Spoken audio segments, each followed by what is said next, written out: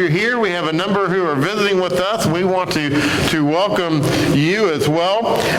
Today is a day, as has been mentioned, that the world has kind of set aside to remember the resurrection of Jesus. And I think that it is always a good thing to recognize the resurrection of Jesus Christ. We here at Pleasant Grove Road, we try to make that a part of every time that we gather together. We try to focus in on what Christ has done for us. But it is good to come together today and to focus on specifically what resurrection is all about. You know, we live in a world that relates everything to the physical. And we do that because it is difficult for us to fully understand anything that we have not seen, visibly seen, heard, felt, smelled, or tasted. You know, if it doesn't relate to one of the five senses, it's difficult for us to understand it. It's difficult for us to comprehend it. Let me illustrate for you this morning. What do we have a tendency to say anytime we're trying a new type of meat that we've never had before? It might be frog legs, might be snake. We always say it tastes like chicken. Why do we say that? Because everybody's had chicken. Everybody can relate to what chicken tastes like, right? We've all had it. We all understand it. And so it seems like everything seems to taste like chicken because that's something we can all relate to. We've all experienced it. Now, ever since I was growing up, I have heard people say when they eat something they don't like, that tastes like dirt. Now, I've always struggled with that because while I have accidentally gotten dirt in my mouth a time or two, I haven't feasted on it on a regular basis. I don't really know what dirt tastes like. And so when someone says it tastes like dirt, I can't really relate to that because I also want to ask, well, what dirt? Florida dirt or Georgia dirt? Because they're very different, right? Or dirt from a cow pasture or dirt from over here in your backyard? What dirt are you talking about? Because I've never had any of those. I can't relate. And so if you eat something and you then try to describe it by saying it tastes like dirt, I'm going to be lost. All I know is that it evidently doesn't taste very good. But I can't relate to that because I've not personally experienced it. You see, that might be why we tend to focus so much in our lives to the physical or to our physical bodies. I think one of the reasons why we focus so much on our physical bodies is because that's what we know. That's what is tangible to us. That's what we understand. You know, every morning I get up and the first thing I do is I look in a mirror. Well, actually, first I get a cup of coffee. Then I look in a mirror. I check my hair. I make sure that I look presentable. We all have scales, weighing scales, and typically in our bathroom so that we can keep track of our weight. We go to the medical doctor, the eye doctor, the dentist, the podiatrist. We might even go to the chiropractor, and the list goes on and on. We take vitamins, and we take all kinds of medications. We use creams, and we use lotions. We exercise, and we drink lots of water, all in an effort to take care of this physical body. And all of those things are well and good because we do need to take care of this physical body. This body is important. God created it for a purpose. But my question this morning is, I want you to consider the time and effort that you put towards taking care of this physical body. And now I want you to compare that to the time and the effort you put towards taking care of your spiritual body. How does it compare? You know, it's fine to focus on this physical body. It is important. But my guess is, and I would say myself included, we spend a lot more time worrying about this physical body than we do the spiritual body. You know, sure, we might read a few scriptures in the morning. We might have a little bit of a prayer life. We attend worship services. But compare that to the amount of effort and the amount of money that we put towards taking care of this physical body. You see, why do we do that? Because we relate to this physical body. We understand it. We understand its importance because we experience it every single day. But this morning, I want us to consider the importance of understanding, or the importance of our spiritual self over this vessel that contains it. You see, this body is just a container that holds that which really matters, and that is the spiritual me. And so this morning, our text is going to be 2 Corinthians chapter 4, and we're going to look at verses 7 through 18. And here the Apostle Paul really lays out for us the importance of the spiritual me versus the physical me. And the first thing that we see as we pour into this passage this morning is that one of the things that the physical me does is the physical me brings revelation. Now, the word revelation just means to reveal. And so the physical me reveals something, and Paul tells us what it is, verses 7 through 12. It says, "But we have this treasure in jars of clay, to show that the surpassing power belongs to God and not to us. We are afflicted in every way, but not crushed. Perplexed, but not driven to despair. Persecuted, but not forsaken. Struck down, but not destroyed. Always carrying in the body the death of Jesus, so that the life of Jesus may also be manifested in our bodies." I'm going to stop and let's reread verse 10 again. "Always carrying in the body the death of Jesus, so that the life of Jesus may also be manifested," made known, revealed in our bodies. Verse 11, For we who live are always being given over to death for Jesus' sake, so that the life of Jesus also may be manifested in our mortal flesh. So death is at work in us, but life in you. Now, the first thing he says here is we have treasure in jars of clay. Now, jars of clay would have been something very understandable to them at that time because they used jars of clay for a lot of things. They would make these clay jars that would hold water, that would hold food, all grain, all kinds of things. And the thing about jars of clay is they do break. They do fall apart. They are not meant to be permanent. Now, we have found remnants of jars of clay today that date back to the time that Paul said these words. And yet, even those aren't permanent. They don't last forever. They will eventually go away. Jars of clay are temporary, but jars of clay are also meant to do what? To contain something. They are a container. And he says here, you have jars of clay. That's the physical you. Your physical body is that jar, that container that is temporary. But the treasure is where? The treasure is inside the physical you. This body is not the treasure. All this body is a container.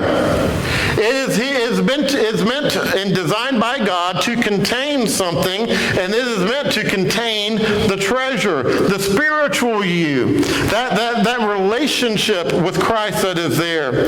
You see, the translation is that this physical body is not the treasure, and therefore this physical body should not be our focus. You know, we get so caught up in wanting to make sure we present ourselves a certain way, that we come across a certain way. You know, we do all these things to alter the appearance of this body, to make sure this body is presented in a way, and yet this body is not important. It doesn't, or at least it does not have the importance that the spiritual body, our relationship with God, has. That's what we need to be focusing on. That's what we should be putting our focus toward. And my question is, what would your life be like if you put as much effort towards your spiritual life, your relationship with God, as you put towards your physical life? What would that relationship be like? What would your life be like? But notice here, he then goes on to talk about the surpassing power. He says, so that the life of Jesus may also be manifested in our mortal flesh. He talks about this power that is within us. And the reality is that Satan can come at me with whatever he's got, and Satan is not going to end. Or Satan's not going to win. Satan is never going to win. He can come at me with whatever. Paul talks about all these trials that come through our lives, and he says, and yet we still have hope. You see, the Apostle Paul reminds us that though we may be at the end of our rope at times in our lives, we are never at the end of hope. How many of you have ever felt like you're at the end of your rope? Some of you just aren't telling the truth. Most of us have experienced that. You know, that we don't know where to turn. We don't know what to do next. We don't know what the answer is. And yet we are never at the end of hope. Why? Because Christ is in us. That power is in us. And so the physical you is going to be subject to sin. The physical you is going to be subject to suffering. But God never abandons us because Christ won the victory over death. He was resurrected. He ascended into heaven. He defeated death. Yes, he died on the cross. He was buried, but he rose 3 days later. He defeated death, and so we now have the promise and the hope of eternal life. And so we keep going. We persevere through the trials of life because Christ's power is revealed in us. You see, we were built, the physical me was built for revelation. Let me illustrate what that looks like. I want you to imagine that you have a good friend that starts going to the gym. They go to the gym every day, they work out, and over a few months you start seeing evidence that they are working out. You know, they're starting to tone up and slim down, maybe starting to build some biceps or whatever. And you see evidence that they are working out in the gym. But do you really know whether or not they have any power? Can you really tell that they've, other than the physical appearance, can you tell how much strength they have? No. All you can see is that physical shell. You can see some evidence that they've been working out. But now I want you to imagine that the two of you decide that you're going to go on a hike on one of the trails out here in the Withlacoochee Forest. And so you go on this hike, and y'all are out there hiking. He gets a little bit further ahead of you, and all of a sudden you hear a large crack, and you look up, and a tree is coming down right on top of you.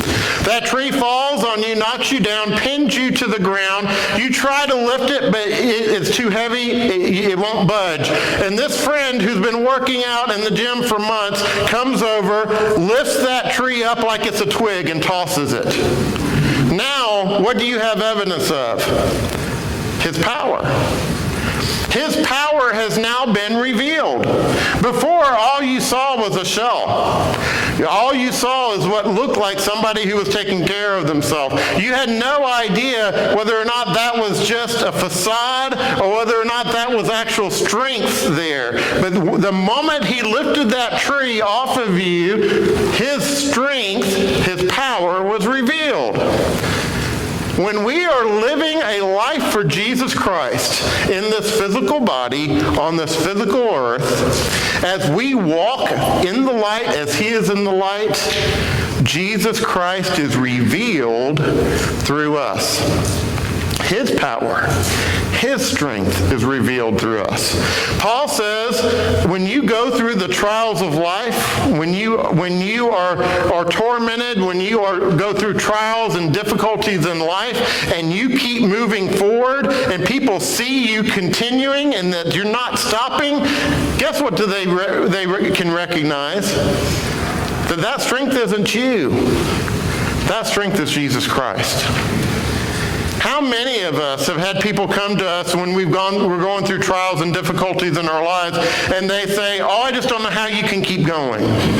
I don't know how you can continue on." Well, I'll tell you how. Because it's not me doing it. That's the power that is being revealed. It is the power of God, not mine. You know, my family has gone through a few trials over the years, and I've had people come and tell me similar things. And my response is, it has nothing to do with me. It has everything to do with Jesus Christ.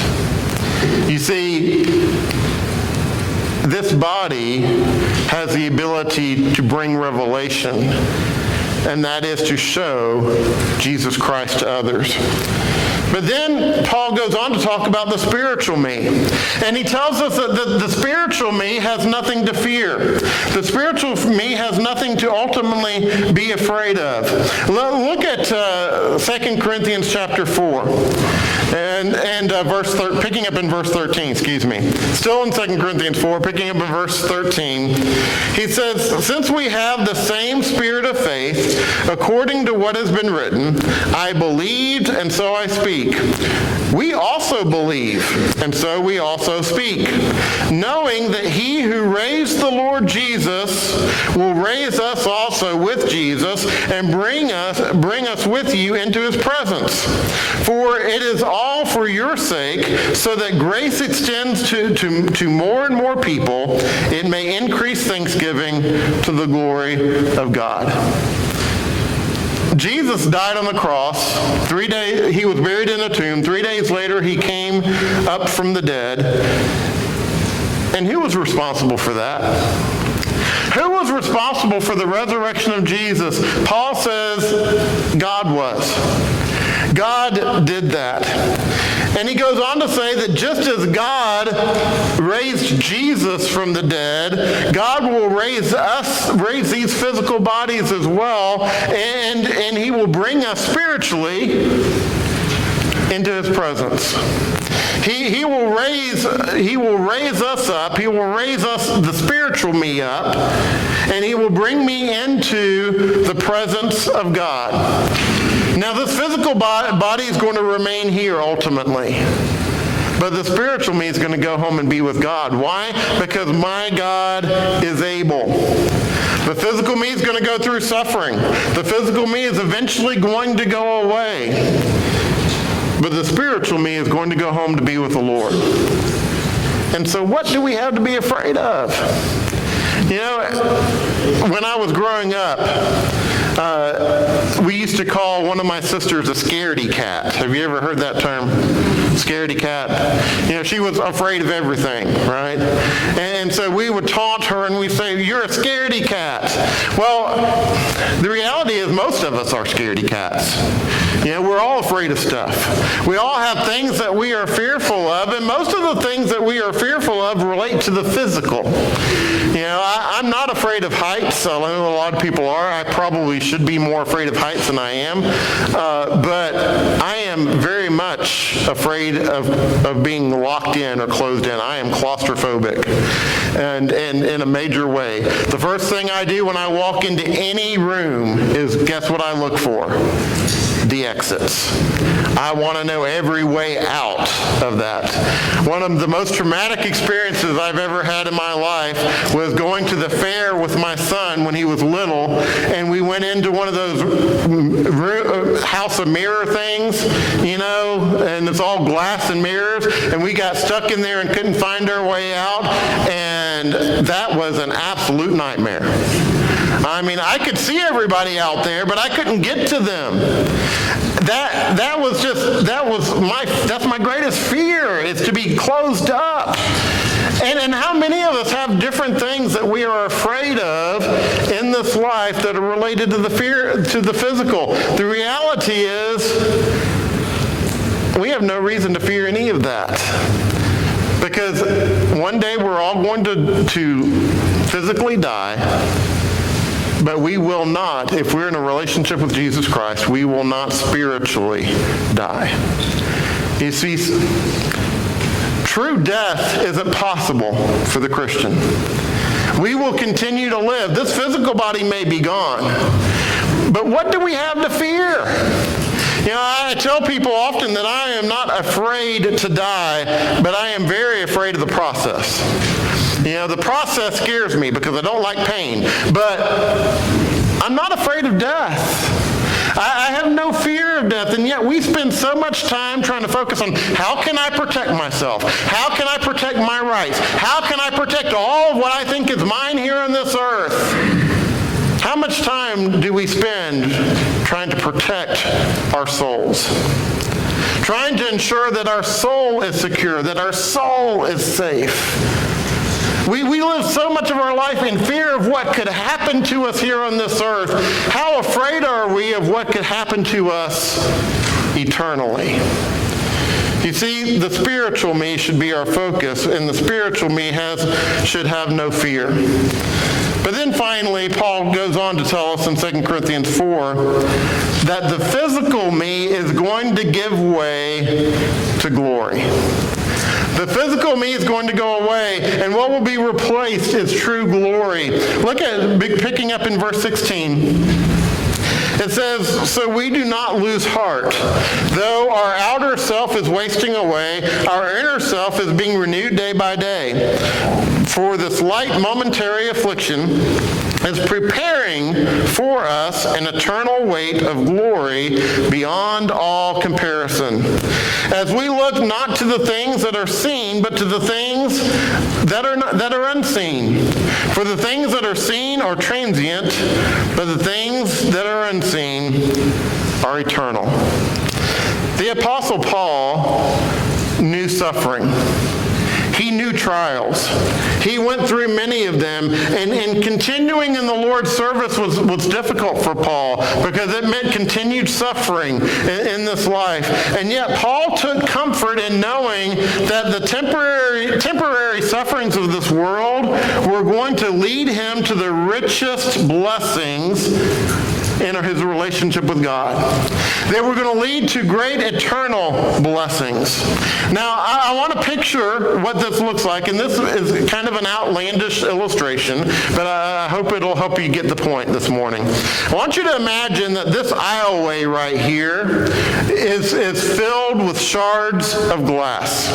I mean, it's covered. It's 2 inches thick all the way across, covered in shards of glass. And you are told that you have to start here, and your only option is to walk barefoot through these shards of glass to get out of this building, and that you have to do it. Now, we're not going to get into a debate about how am I going to make you do it. We're just going to imagine, because we're imagining those shards of glass. We can also imagine that you're forced to do it, right? So you are forced to walk barefoot through these shards of glass. What are you going to be thinking about as you're going through? What are you going to be focused on? Well, more than likely, you're going to be focused on the pain that you're going to feel every time that those pieces of glass cut into your skin. You're going to feel them as they poke through and hit the bone. You're going to be focused on that pain, that suffering, and you're going to be focused on me because I made you do it. And why would Bill do this to me? Why would Bill force me into this? Why would he? Who is he that he would have this much hatred towards me or whatever? Those are the things you would be focused on. But now I want you to imagine that I bring you up, I tell you you have to go from here to there through the shards of glass. But when you open those doors, there first of all is going to be $20 million waiting for you. And then there is going to be a secret cure that will cure you from any physical ailments or any physical pain that you will ever suffer again. So you will have $20 million that will not only change your life, but the life of your family, and you will have a cure to end all suffering. Now, as you go through barefoot through the shards of glass, what are you focusing on? You're still going to feel the pain. You're still going to feel all of those shards of glass as they hit you. You're going to feel all of that suffering. But what is your focus going to be on? Your focus is going to be on the fact that my family's life is going to be changed.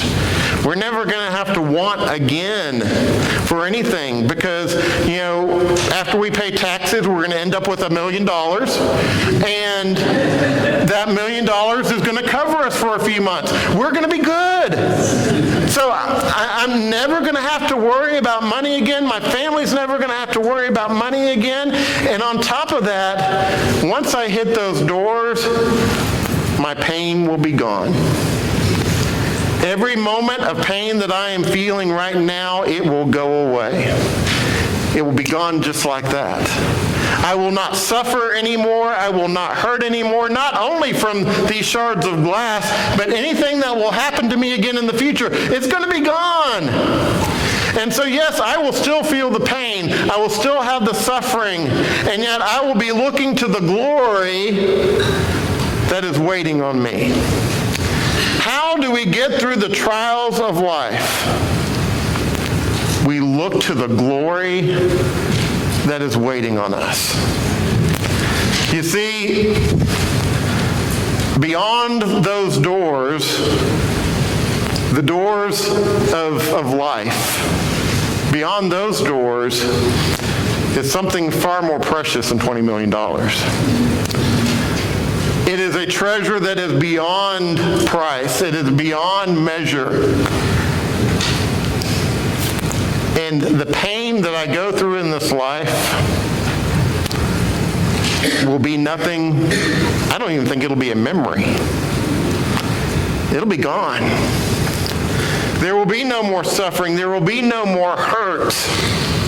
All of that will be gone because there is glory. And so the message this morning is that the physical me is going to go away, but it is going to give way to glory. I want us to go back and look at verse 18 as we close. In verse 18, he says, as we look not to the things that are seen, but to the things that are unseen.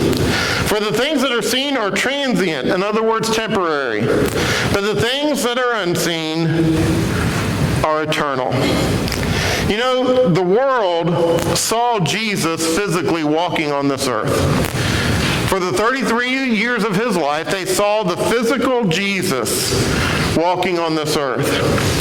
There were also people, many in the world, saw him crucified, the physical Jesus crucified on the cross. And there were some people, a smaller number, that saw the resurrected Jesus physically on this earth. But this morning, what we need to understand is our focus is not on the resurrected physical body of Jesus. Our focus is on Christ who sits on his heavenly throne. You see, our focus should not be on the physical. Our focus should be on the spiritual. Paul says we have a tendency to spend so much time focusing on the physical things of life when they are going to eventually go away. They're going to be gone. Our focus needs to be on that which is eternal, on that which is spiritual, that which is going to last. And so our physical bodies, yes, they were created with a purpose. And over the last several weeks, we have been looking at the subject of our identity, who we are in Christ Jesus. Not the physical me, but the spiritual me. And we're bringing this series to a close today. But as we have been looking in that mirror and we've been looking at who we truly are, we recognize that this body was built and designed by God with purpose, but it is just a vessel. And we have to recognize that sin does not destroy the container, but sin will destroy the contents. Sin matters because even if it doesn't affect this physical body, it absolutely affects the spiritual. And so in order to be in a relationship with God again, those contents have to be resurrected.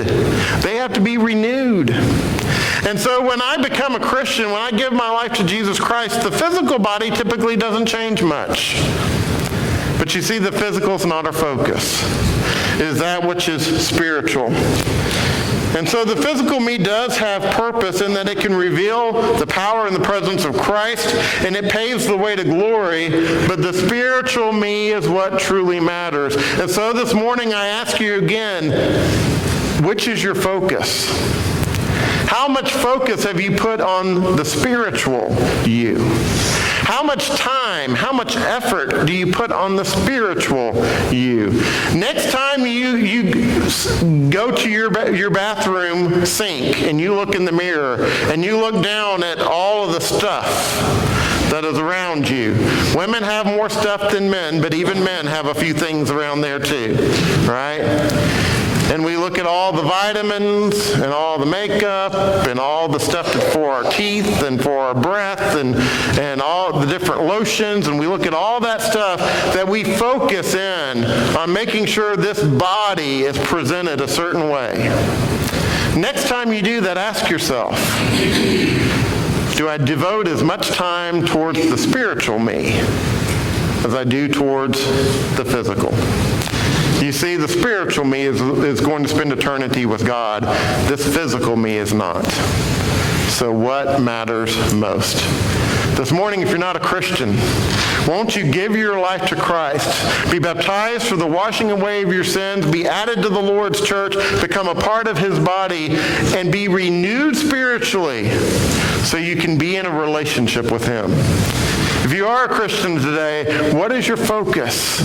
What really matters in your life? You see, your identity is not made here on earth.